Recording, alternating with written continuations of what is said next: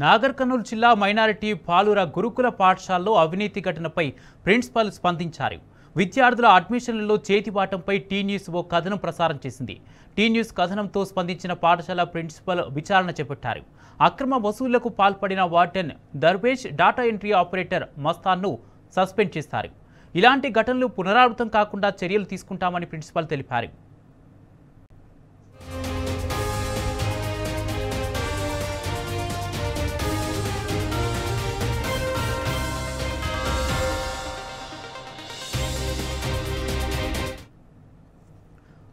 నాగర్ కర్నూలు జిల్లా మైనారిటీ పాలూర గురుకుల పాఠశాలలో అవినీతి ఘటనపై ప్రిన్సిపల్ స్పందించారు. విద్యార్థుల అడ్మిషన్లలో చేతివాటంపై టీ న్యూస్ ఓ కథనం ప్రసారం చేసింది. టీ న్యూస్ కథనంతో స్పందించిన పాఠశాల ప్రిన్సిపల్ విచారణ చేపట్టారు. అక్రమ వసూళ్లకు పాల్పడిన warden Darvesh, data entry operator మస్తాన్ను సస్పెండ్ చేశారు. ఇదే అంశానికి సంబంధించి పూర్తి అప్డేట్స్ మా ప్రతినిధి శేఖరాచారి అందిస్తారు. శేఖరాచారి, టీ న్యూస్ ఎఫెక్ట్తో గురుకుల పాఠశాల ప్రిన్సిపల్ విచారణ చేపట్టి అడ్మిషన్లో జరిగినటువంటి చేతివాటం చూపినటువంటి ఇద్దరి ఎంప్లాయీస్ని సస్పెండ్ చేసినట్టుగా తెలుస్తుంది. అసలు అక్కడ ఏం జరిగింది, పూర్తి అప్డేట్స్ ఏంటి? కుమార్, నిన్న నాగర్ కర్నూలు మైనార్టీ బాలుర గురుకులంలో అడ్మిషన్ల విషయంలో గోల్మాల్ జరిగిందంటూ అడ్మిషన్ అక్కడనే పనిచేసేటువంటి మనమ్మ అనే మహిళ ఆయాగా పనిచేస్తుంది. ఆమె ఇద్దరు పిల్లలకు అక్కడే అడ్మిషన్ ఆన్లైన్ లో చేయడం జరిగింది. అయితే ఈ అడ్మిషన్ ఇప్పించింది మేమే అంటూ అక్కడ ఉన్న పనిచేసేటువంటి వార్డెన్ తో పాటు డాటా ఎంట్రీ ఆపరేటర్ వీళ్ళిద్దరు కూడా ఆమె ఆ లేడీ ఆ మనమ్మను 10,000 డిమాండ్ చేసినటువంటి ఫోన్ లో డిమాండ్ చేసినటువంటి వీడియో అంటే కాల్ రికార్డ్ అంతా కూడా వైరల్ గా మారింది. దీనికి సంబంధించి ఆ రికార్డ్ అంతా కూడా తర్వాత అక్కడ జరిగినటువంటి విషయాన్ని డబ్బులు డిమాండ్ చేసినటువంటి కాల్ రికార్డ్ అంతా కూడా టీ న్యూస్ నిన్న ప్రసారం చేయడంతో దానికి సంబంధించినటువంటి అధికారులు ఎవరైతే మైనార్టీ సంబంధించినటువంటి జిల్లా అధికారులు తర్వాత దానికి సంబంధించిన అధికారులు నిన్న వచ్చేసి టీ న్యూస్ కథనాన్ని చూసి వెంబడి స్పందించి విచారణ చేపట్టారు. విచారణలో ఆ ఇద్దరు దానికి కారణం అని చెప్పేసి ఎవరైతే hostel warden deputy warden Darvesh, తర్వాత డాటా ఎంట్రీ ఆపరేటర్ వాళ్ళిద్దరిని కూడా విధుల నుంచి తొలగిస్తున్నట్లు కూడా అధికారులు తెలిపినటువంటి పరిస్థితి కనిపించింది. మొత్తంగా చూసినట్టయితే ఇలాంటి అవినీతి అక్రమాలకు పాల్పడే వారిని ఉపేక్షించే ప్రసక్తి లేదని చెప్పేసి అసలు ఈ అడ్మిషన్లు అనేది ఆన్లైన్ లో ఉంటుంది, దాని ఒక సిస్టమ్ ఉంటుంది, ఎవరికి కూడా డబ్బులు ఇవ్వాల్సిన పని లేదని చెప్పేసి కూడా అధికారులు చెప్పినటువంటి పరిస్థితి కనిపించింది.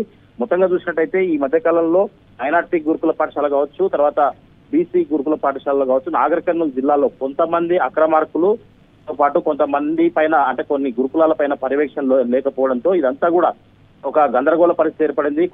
ఈ మధ్య కాలంలోనే గురుకుల బాలికల పాఠశాల ఉయ్యలవాడకు సంబంధించినటువంటి దాంట్లో 111 మందికి ఫుడ్ పాయిజన్ అయింది. ఇది మరొక ముందే పెంట్లవెల్లి కేజీబీవీలో బియ్యం అమ్ముకొని సొమ్ము చేసుకుని యత్నం చేసినటువంటి పరిస్థితి కనిపించింది. దానికి తోడు అచ్చంపేటలో జరిగినటువంటి గురుకుల బాలికల పాఠశాలలో ఆ భోజనం ఆలస్యంగా పెట్టారని చెప్పేసి అది కూడా మనం ప్రసారం చేయడం జరిగింది.